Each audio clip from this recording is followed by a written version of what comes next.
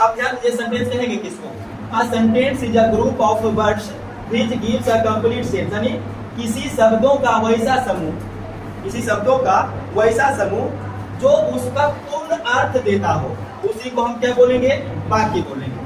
शब्दों का एक ऐसा समूह जो उस शब्द के बारे में उसका पूर्ण अर्थ देगा, उसी को हम क्या बोलेंगे?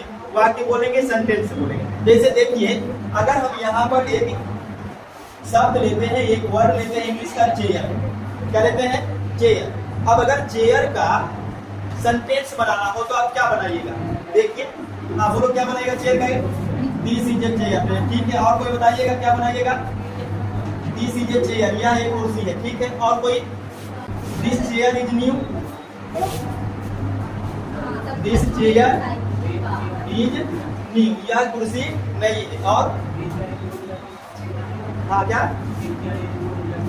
This chair is made of would, लकड़ी। चलो ठीक है, यह कुर्सी लकड़ी का बना। अभी यहाँ पर हम देख रहे हैं कि चेयर का ही 3 सेंटेंस बना है।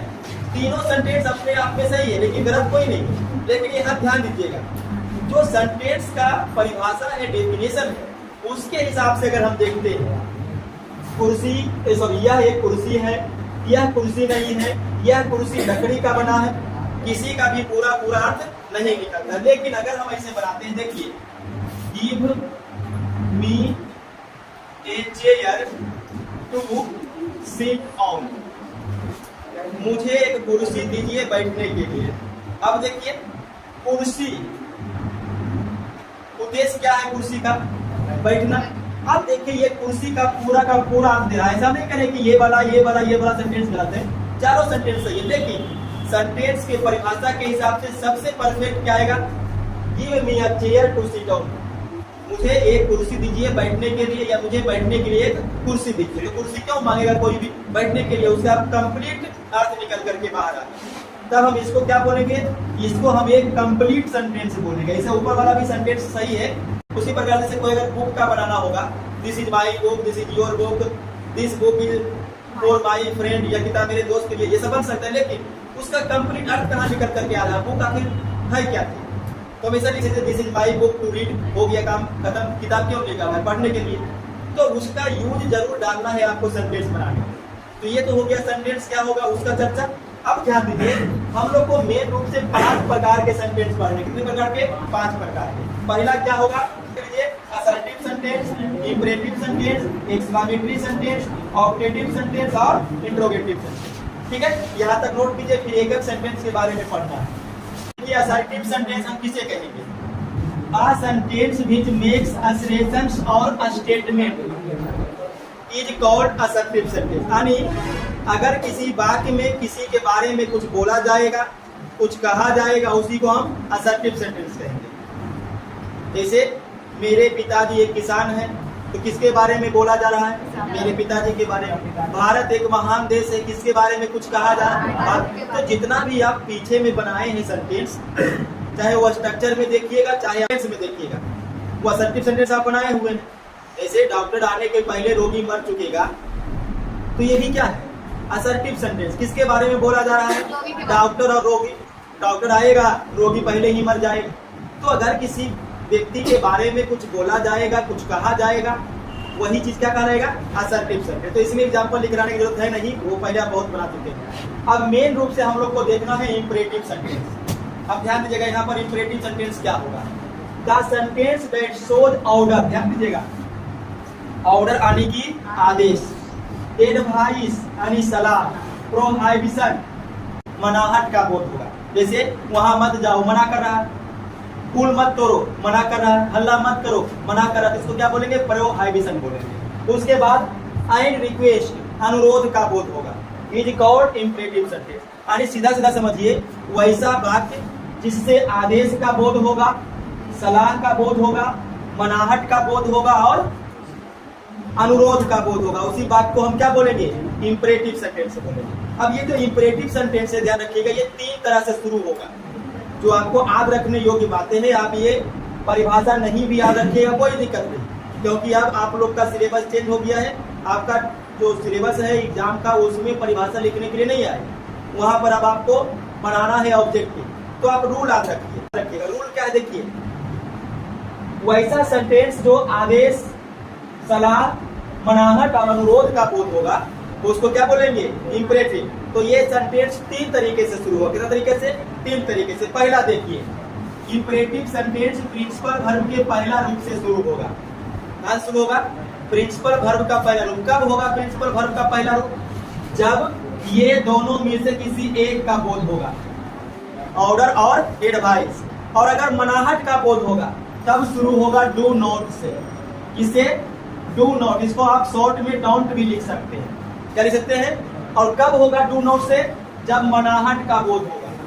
किसका बोध होगा, मनाहट का। और तीसरा देखिए, प्लीज या काइंडली से शुरू होगा। कब होगा प्लीज या काइंडली से शुरू, जब अनुरोध का बोध होगा। तो याद रखिएगा, इंपरेटिव सेंटेंस 3 तरीके से बनाया जाएगा, 3 तरीके से शुरू होगा। प्रिंसिपल वर्ब का पहला रूप से, जब आदेश और सलाह का बोध होगा।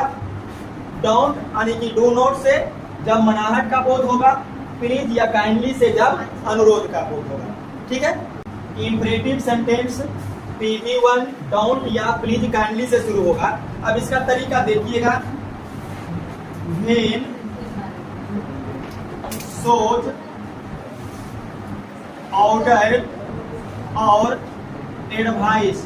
ध्यान दीजिएगा, अगर वाक्य से आदेश या सलाह का बोध होगा, किसका बोध होगा, आदेश या सलाह का, तब यूज किसका कीजिएगा, PV1 प्लस ऑब्जेक्ट या कंप्लीमेंट का, ये यूज कीजिएगा, ऑब्जेक्ट या कंप्लीमेंट। ठीक है, जैसे एग्जांपल देखिएगा। अब देखिए, ये चारों का चारों सेंटेंस देखिएगा। वहां जाओ, ऑर्डर दे रहा है। 1 कप चाय लाओ, ऑर्डर दे रहा है। अपना काम करो, ऑर्डर दे रहा है।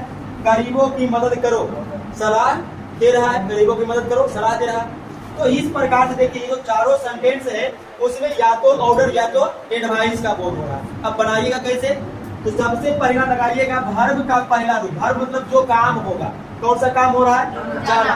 तो जाना का गो, और ऑब्जेक्ट क्या है, देयर, तो गो टू देयर।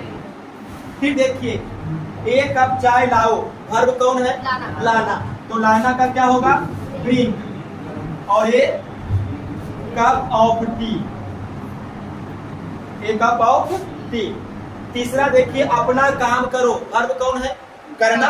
तो करना का वर्ब हो जाएगा डू, और फिर ऑब्जेक्ट या कंप्लीमेंट जो भी कर लीजिए, अपना काम, तो योर वर्क। अब ये ध्यान में रखिएगा, इसके आगे वाला जो आप लोग टेंस पढ़े हैं या स्ट्रक्चर पढ़े हैं, उसमें आप देखे होंगे या केस पढ़े हैं, अपना का मीनिंग सब्जेक्ट के अनुसार लगता है।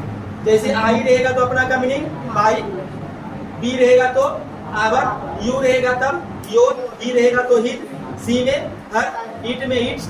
लेकिन यहाँ कोई भी सेंटेंस रहे, आपको अपना का मीनिंग हर बार क्या लगाना है, योर। इसमें सब्जेक्ट को नहीं देखना, हर बार अपना का क्या लगाइएगा, योर।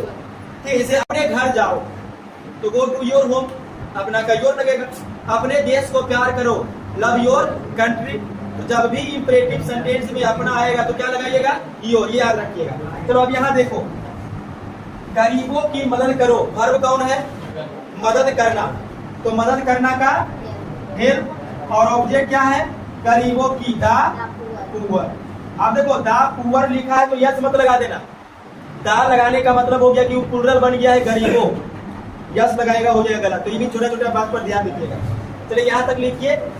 अभी तो PV1 का केवल हुआ है, अभी डाउट और प्लीज काइंडली बाकी। जल्दी से यहाँ तक लिखिए। डू नोट का प्रयोग यानी डाउट का प्रयोग कहाँ पर कीजिएगा, जब मनाहट का बोध होगा। ध्यान दीजिएगा, ये जो डू नोट है इसका प्रयोग कब कीजिएगा, व्हेन सोच प्रोहाइबिशन, यानी जब मनाहट का बोध हो। किसका बोध होगा, मनाहट का। तो जब मनाहट का बोध होगा तो आप वाक्य को शुरू कीजिएगा डोंट से, यानी डू नॉट से। बाकी सब वही रहेगा, डू नॉट, PV1, ऑब्जेक्ट या कंप्लीमेंट। अब इसका कुछ सेंटेंस देख लीजिए। देखिए, ये चारों सेंटेंस देखिएगा। धूप में मत खेलो मना कर रहा है, मनाहट का बोध। वहां मत टहलो, मनाहट का बोध।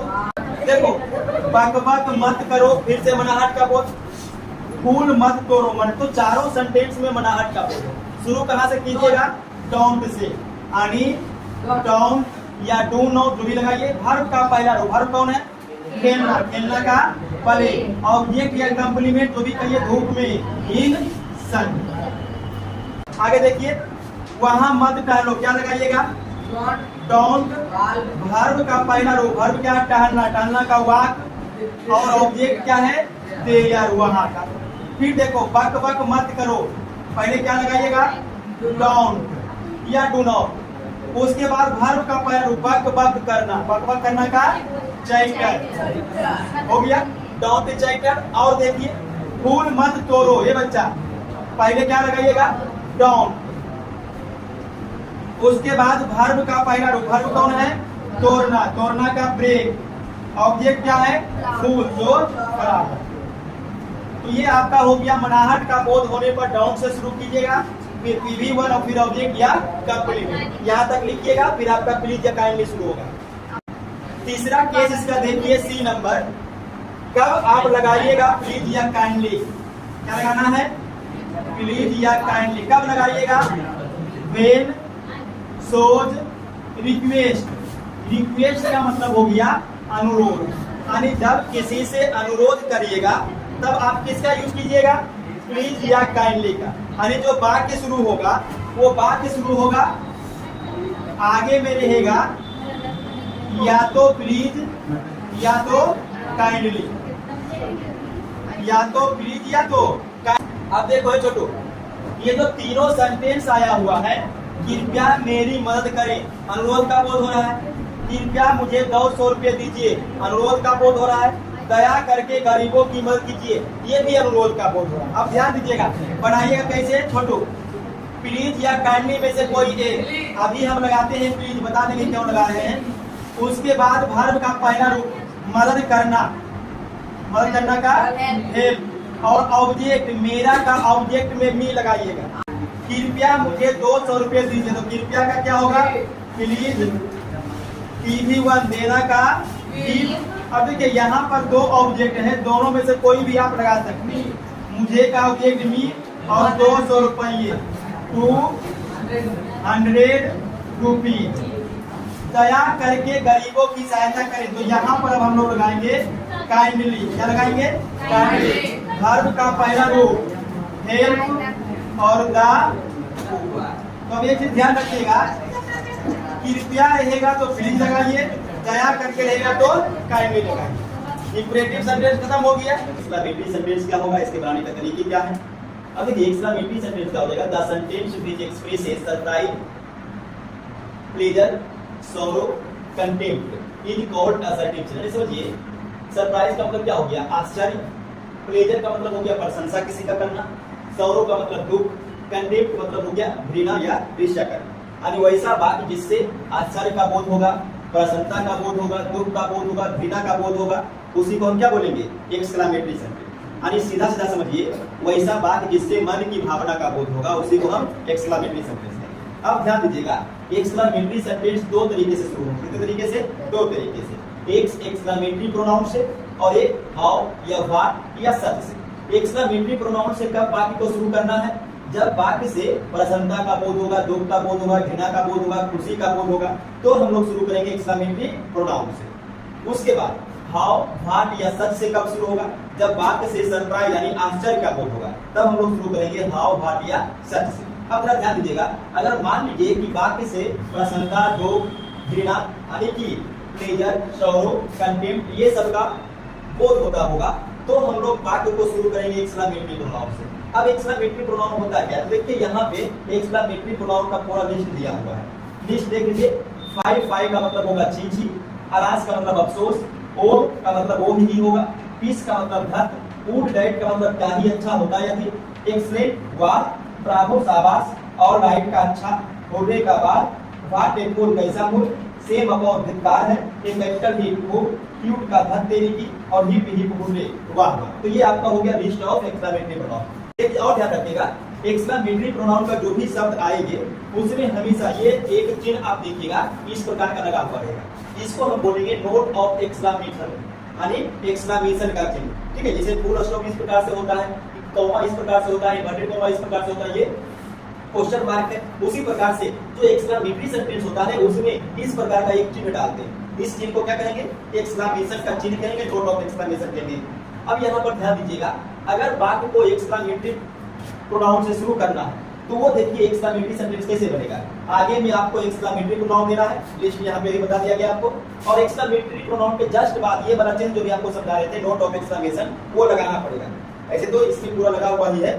उसके बाद असर्टिव सेंटेंस जैसे पहले बनाते थे, सेंटेंस में या टेंस में या स्ट्रक्चर में बनाए होंगे, वही आपको लिख देना है बस। जैसे एग्जांपल देखिए, छी छी वह गाली बकता है, तो किसका बोध हो रहा है?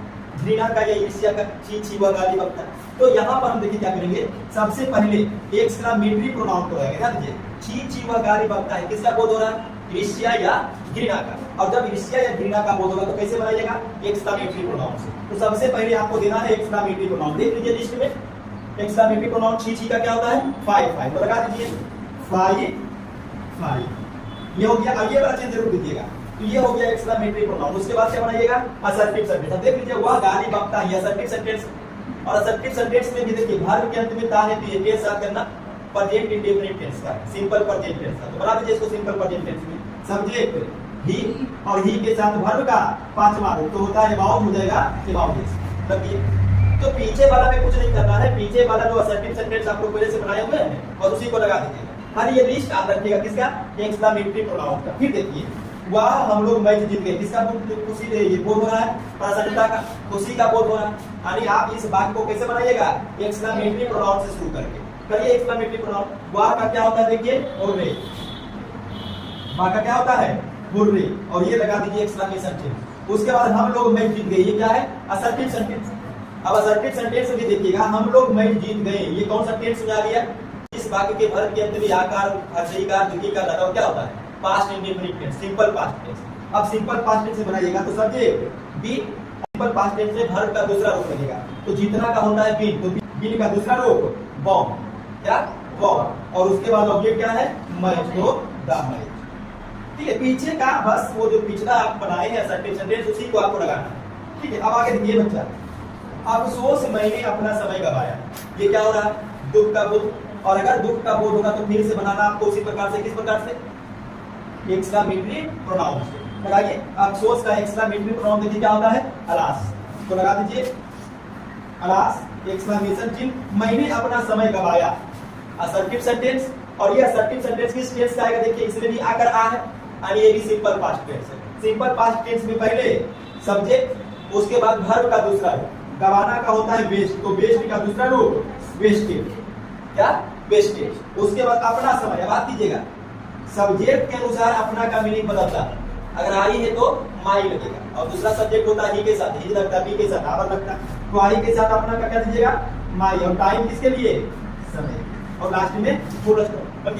एक और देख लीजिए, ओ मैंने अपनी उंगली काट ली, कुछ गलती से सब्जी काटते समय कट गया होगा उंगली, है ना? ओ मैंने उंगली काट ली, तो उंगली काटेगा तो दुख होगा, और दुख होगा तो किससे व्यक्त करेंगे? एक्सक्लेमेटरी प्रोनाउन से। अब एक्सक्लेमेटरी प्रोनाउन देखिए, ओह का तो ओह ही होता है, तो लगा लीजिए ओह।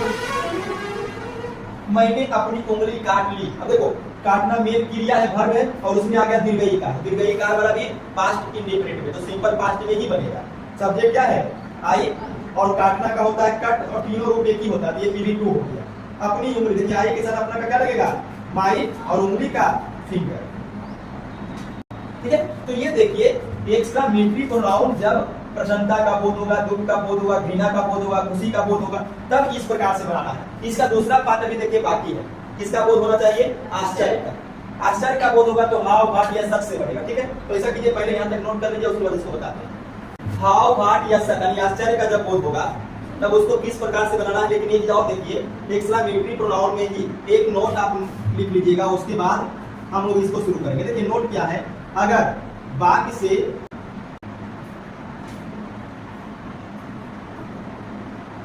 हाँ देखिए, यदि वाक्य से तीव्र इच्छा या कल्पना का बोध होगा तब उसको हम क्या बोलेंगे? सब्जेक्टिव। क्या? वाक्य से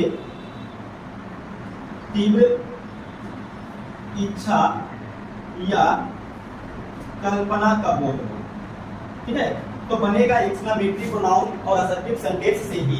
जैसे एग्जांपल इसका देखिएगा, क्या ही अच्छा होता यदि मैं राजा होता। देखिए, क्या ही अच्छा होता यदि मैं राजा होता। तो ये क्या है, ये तीव्र इच्छा या कल्पना का बोध हो रहा है, सब्जेक्टिव मूड है। तो अगर ये सब्जेक्टिव मूड है, तीव्र इच्छा का बोध हो रहा है, तो इसको बनाएंगे कैसे? देखिए आगे का, क्या ही अच्छा होता यदि, क्या ही अच्छा होता यदि, ये क्या है, वुड दैट, और ये है क्या, एक्सक्लेमेटरी प्रोनाउन। तो सबसे पहले एक्सक्लेमेटरी प्रोनाउन लगा दीजिए, क्या ही अच्छा होता यदि, यहां तक का क्या हो जाएगा, वुड दैट और एक्सक्लेमेशन करके। अब पीछे देखिए क्या बनता है, असर्टिव सेंटेंस, मैं राजा होता। अब आप कीजिएगा, टाइम एंड टेंस में आपको बताया गया था कि अगर वाक्य से तीव्र इच्छा या कल्पना का बोध होगा तो वाक्य बनेगा सिंपल पास्ट में। कैसे बनेगा, सिंपल पास्ट। अब सिंपल पास्ट में क्या होगा, सब्जेक्ट और वर्ब का दूसरा रूप। अब देखिए वर्ब कौन है, होना। राजा होता मतलब क्या, वर्ब है होना, और होना का रूप होता है बी, और हमको लगाना है दूसरा रूप। तो बी का दूसरा रूप होता है वाज या वेयर। अब आई के साथ क्या लगाइएगा, वाज या वेयर, वाज लगाइएगा, ठीक है। और उसके बाद राजा, तो ए, ठीक है, ये हो गया गलत। अब समझिए गलत क्या होगा, इसका सही देखिए क्या बनेगा, वुड दैट एक्सक्लेमेटरी प्रोनाउन के लिए, और आई वेयर ए किंग। अब ये सही होगा। अब कहेगा कि सर ये तो आई के साथ लगता है सिंगुलर वर्ब, तो आप प्लूरल वर्ब कैसे लगा दी? अब ध्यान दीजिएगा, टाइम एंड टेंस में आपको बताया गया था कि अगर तीव्र इच्छा या कल्पना का बोध होगा तो PV2 यानी सिंपल पास्ट टेंस तो लगेगा ही, उसके साथ साथ आपको प्लूरल वर्ब देना। क्या देना है, प्लूरल वर्ब। तो हमेशा याद रखना, अगर तीव्र इच्छा का बोध होगा तो सिंपल पास्ट टेंस यानी वर्ब का दूसरा रूप तो लगाना है, लेकिन उसमें कौन सा वर्ब लगाना है, प्लूरल वर्ब लगाना। कैसा भी सब्जेक्ट है, कौन सा वर्ब, प्लूरल। जैसे क्या ही अच्छा होता यदि मैं एक बुलबुल होती, तो यहाँ पर देखिए मैं सिंगुलर है लेकिन वर्ब क्या रहेगा, plural, I were a nightingale, ऐसा होगा। क्लियर? चलिए इसको नोट कर लीजिए। अब इसको हम लोग शुरू करेंगे। जब हाउ भाट और सच से वाक्य शुरू होगा, कब शुरू होगा, जब आश्चर्य का बोध होगा। देखिए, व्हेन इट शोज सरप्राइज, यानी जब आश्चर्य का बोध होगा तो वाक्य को शुरू कीजिएगा कहां से, शुरू कीजिएगा या तो हाउ से, या तो भाट से, या तो सच से। ठीक है, कब कब लगाना है वो आगे बताइए, लेकिन आप ध्यान दीजिए, अगर यहां से शुरू होगा तो बनाइएगा कैसे। देखिए, सबसे पहले आपको लगाना है हाउ या व्हाट या सच में से कोई एक। उसके बाद आपको लगाना पड़ेगा एडजेक्टिव या एडवर्ब। उसके बाद लगाना पड़ेगा सब्जेक्ट और बाद में लगाना पड़ेगा वर्ब। तो ये हो गया जब आश्चर्य का बोध होगा एक्सक्लेमेटरी सेंटेंस से, तो उसके बनाने के तरीके। जैसे एग्जांपल इसका देखिएगा और समझिएगा। अब यहाँ पे देखिएगा, कितने चालाक हो आप, कितना सुंदर फूल है यह तुम्हारा भाई और मूर्ख। तो ये तीनों सेंटेंस से क्या हो रहा है, आश्चर्य का बात। देखिए, कितने चालाक हो आप, क्या आश्चर्य का, उसको पता नहीं कितना चालाक है। कितना सुंदर फूल है यह, मतलब इतना सुंदर फूल कभी नहीं देखा होगा, मतलब आश्चर्य, इतना सुंदर फूल है। उसी प्रकार से तुम्हारा भाई और मूर्ख, तुम्हारा भाई मूर्ख हो ही नहीं सकता, तो आश्चर्य हो रहा है। आप कैसे बनाइएगा, तो पहले देखिए कितने चालाक हो आप, तो इसमें क्या लगाइएगा, हाउ। उसके बाद एडजेक्टिव, मतलब उसका क्वालिटी बताना, गुण बताना। तो चालाक क्या, उसका गुण बतला रहा है, विशेषता बतला रहा है, तो ये आपका एडजेक्टिव। क्या लिखेंगे, हाउ क्लेवर, चालाक का। उसके बाद सब्जेक्ट, सब्जेक्ट कौन है, आप, तो आपका यू, और वर्ब क्या है, वो, तो होना का आर, और लास्ट में एक लगा दीजिएगा, हाउ क्लेवर आप यू आर, कितने चालाक हो आप। अब यहाँ देखिए, कितना सुंदर फूल है यह। अब क्या लगाइएगा, व्हाट। उसके बाद एडजेक्टिव, देखो फूल बता रहा सुंदर, तो व्हाट ए नाइस, और फूल का फ्लावर, और सब्जेक्ट हो गया इट, और फिर है का इट। ठीक है, देखो कितना सुंदर फूल है यह, तो ये हो गया व्हाट। फिर एडजेक्टिव कौन है, सुंदर फूल, तो ये नाइस फ्लावर, और सब्जेक्ट इट, और फिर वर्ब लगाइएगा इट। अब देखिए अगला, तुम्हारा भाई और मूर्ख। अब ये थोड़ा हट के बनेगा, देखिए कैसे बनेगा, ये सीधा सीधा बनेगा, तुम्हारा भाई, तो योर ब्रदर, और का एंड। अब देखिए मूर्ख, तो ये अब हो जाएगा सचफुल। तो ये देखिए सच से शुरू हो जाएगा। तो ये इस प्रकार से आपका हो गया एक्सक्लेमेटरी सेंटेंस सवाल। ऑब्जेक्टिव सेंटेंस के बारे में अब देखिए, ऑब्जेक्टिव सेंटेंस किसको कहेंगे, the sentence that shows blessing, curse, prayer for anybody, यानी वैसा वाक्य जिससे आशीर्वाद, ब्लेसिंग का मतलब क्या हो गया? आशीर्वाद। कर्ष का मतलब हो गया श्राप देना किसी को, और प्रेयर फॉर एनीबॉडी यानी किसी के लिए प्रार्थना करना, यानी वैसा वाक्य जिससे आशीर्वाद का, श्राप का या प्रार्थना का बोध होगा, उसी को हम क्या बोलेंगे? Optative sentence. और ये ऑप्टेटिव सेंटेंस दो तरीके से शुरू होगा, या तो मे से शुरू होगा या तो मे गॉड से शुरू होगा। मे से कब शुरू होगा? जब ब्लेसिंग और कर्ष का बोध होगा, ब्लेसिंग और कर्ष यानी श्राप और आशीर्वाद का बोध होगा तो कहां शुरू कीजिएगा? मे से। और जब प्रार्थना का बोध होगा तब कहां शुरू होगा?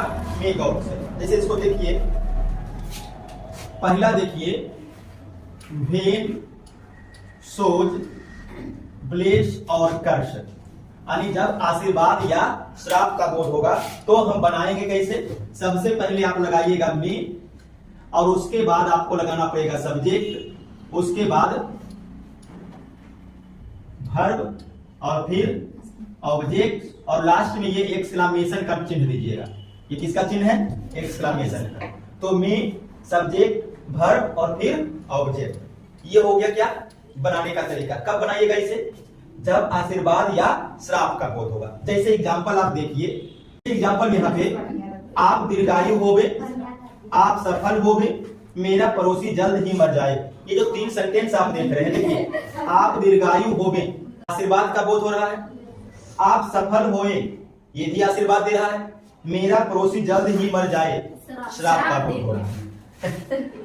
अब बनाएंगे कैसे? ध्यान दीजिए, देखो ये छोटू, अगर आशीर्वाद या श्राप का बोध होगा तो बनाने के लिए क्या कीजिएगा? पहले क्या लगाइएगा? मे, उसके बाद सब्जेक्ट, किसका बात हो रहा है तो यू लगा दीजिए।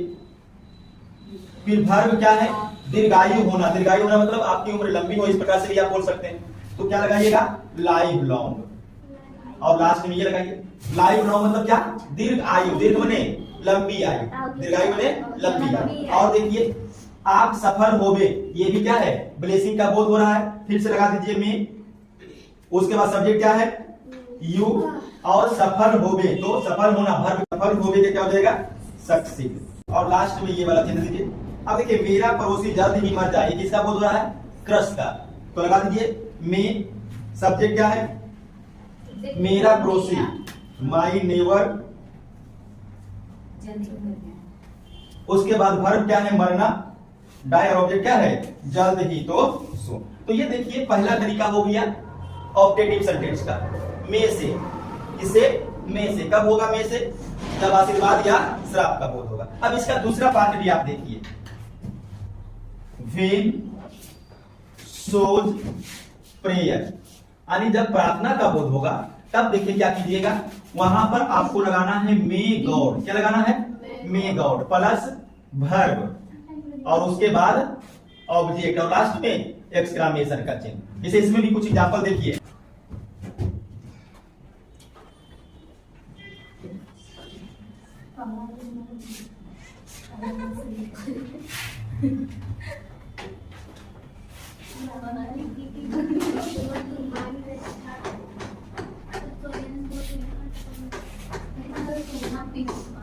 अब देखिए, ईश्वर तुम्हारी रक्षा करे, ईश्वर मेरी मदद करे, दोनों जगह क्या हो रहा है? प्रार्थना का बोध।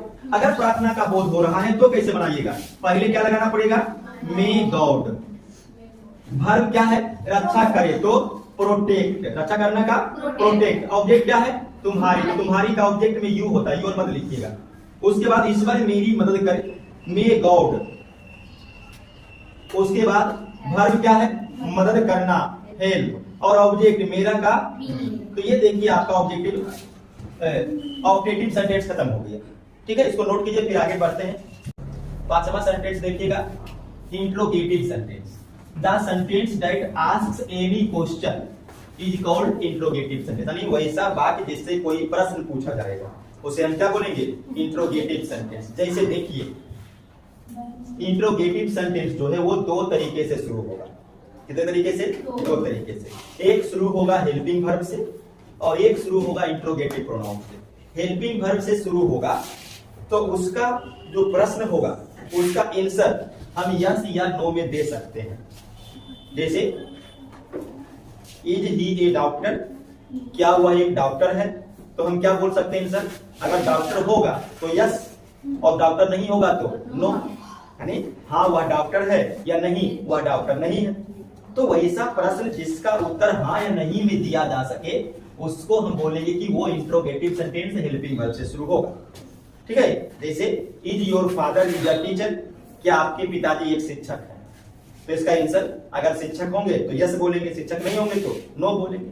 तो उसको हम कहां से शुरू करेंगे, हेल्पिंग वर्ब से। लेकिन अगर हम ऐसे पूछते हैं व्हाट इज योर फादर, आपके पिताजी क्या है, तो हम हाँ या नहीं बोलेंगे, नहीं बोल सकते। अब हमको उसका आंसर देना पड़ेगा, आपके पिताजी क्या है, तो फार्मर, टीचर, डॉक्टर, लेबर जो भी होंगे आपको आंसर देना पड़ेगा। तब हम उसको क्या बोलेंगे, WH क्वेश्चन यानी इंट्रोगेटिव प्रोनाउन से शुरू हो।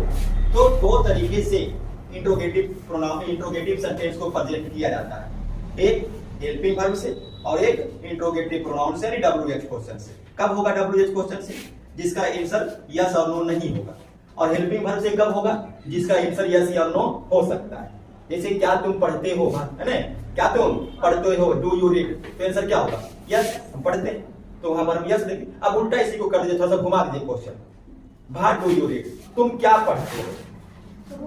अब हम इसका आंसर यस और नो में नहीं दे सकते, अब हमको उसका आंसर बताना पड़ेगा कि तुम क्या पढ़ते हो।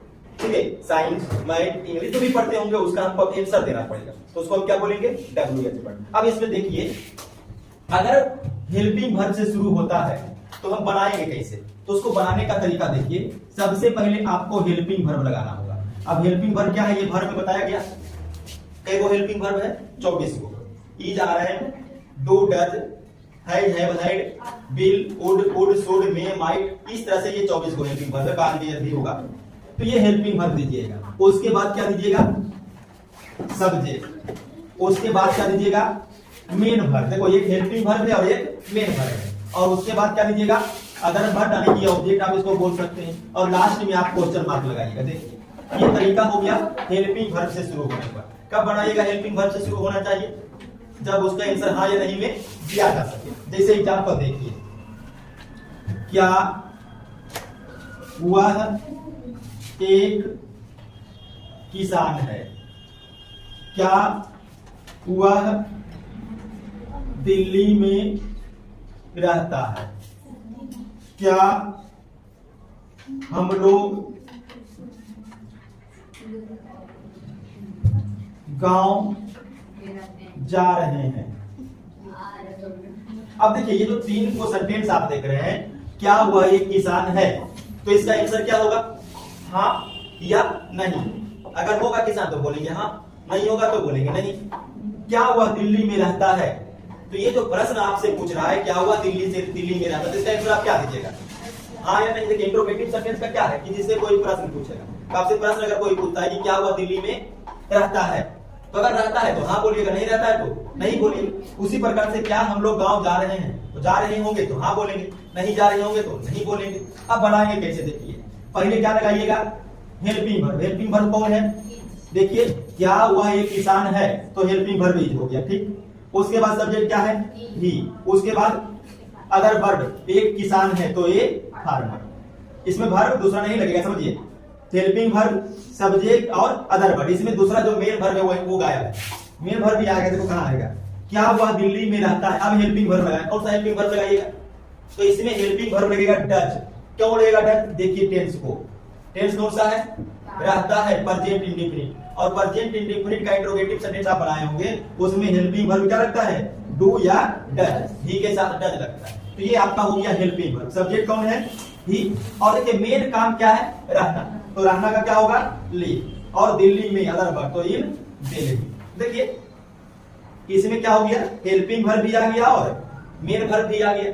अब यहां देखिए, क्या हम लोग दिल्ली जा रहे हैं, सॉरी गांव जा रहे हैं, ये कौन सा टेंस है, रहा है, रही है, कंटिन्यूअस टेंस। और कंटिन्यूअस में हेल्पिंग वर्ब इज, आर या एम लगता है, तो बी के साथ क्या लगेगा, आर। सब्जेक्ट क्या हो गया, वी। और फिर वर्ब कौन है, जाना, जाना का गो, तो हो जाएगा गोइंग। और गांव तो टू विजिट। अब यहाँ पर ध्यान दीजिएगा, ये जो आप हेल्पिंग वर्ब और मेन वर्ब देख रहे हैं वो आपके पहले के अनुसार ही लगाना है। जो भी स्ट्रक्चर बनाए होंगे, जो भी टेंस बनाए होंगे, उसी के आधार पर ही आपको ये कराना है। कोई नया चीज नहीं है, खाली एक तरीका आपको याद रखना है कि इंट्रोगेटिव सेंटेंस होता क्या है और कैसे हम शुरू कर सकते हैं, बस बाकी ये आप पहले से ही बनाए हुए हैं। अब WH वर्ड वाला भी देखिए आप बनाए हैं ट्रांसलेशन में, कैसे बनाते होंगे इसको देखिए। सबसे पहले आपको देना पड़ेगा WH वर्ड, यानी इंट्रोगेटिव प्रोनाउन। WH वर्ड को हम क्या बोलेंगे? IP interrogative pronoun. और उसके बाद क्या लगाइएगा? हेल्पिंग वर्ब, फिर सब्जेक्ट, फिर मेन वर्ब, और फिर ऑब्जेक्ट या अदर वर्ड, और लास्ट में क्वेश्चन मार्क। अब यहाँ पर भी देखिए, जिस प्रकार से हेल्पिंग वर्ब और यहाँ पर जो मेन वर्ब था, उसी प्रकार से यहाँ भी लगेगा हेल्पिंग वर्ब और मेन वर्ब। किसके अनुसार? स्ट्रक्चर या टेंस के अनुसार, जो भी होगा फॉलो करेगा। और WH वर्ड देखिए, इसका लिस्ट यहाँ पर हम नोट कर लेते हैं। List of interrogative pronoun. IP मतलब क्या समझिएगा? Interrogative pronoun. तो क्या क्या लिस्ट होगा देखिए? व्हाट, क्या, व्हेन, कब, वेयर, कहां, व्हाई, क्यों, हाउ, कैसे, हाउ लॉन्ग, कब तक, हाउ मेनी कितना, हाउ मच कितना। देखिए हाउ मेनी में भी कितना लगा हुआ है, हाउ मच में भी कितना लगा हुआ है। कब लगाइएगा? हाउ मेनी जब संख्या का बोध होगा। जैसे आपके पॉकेट में कितने रुपये हैं उसको हम गिन सकते हैं, संख्या।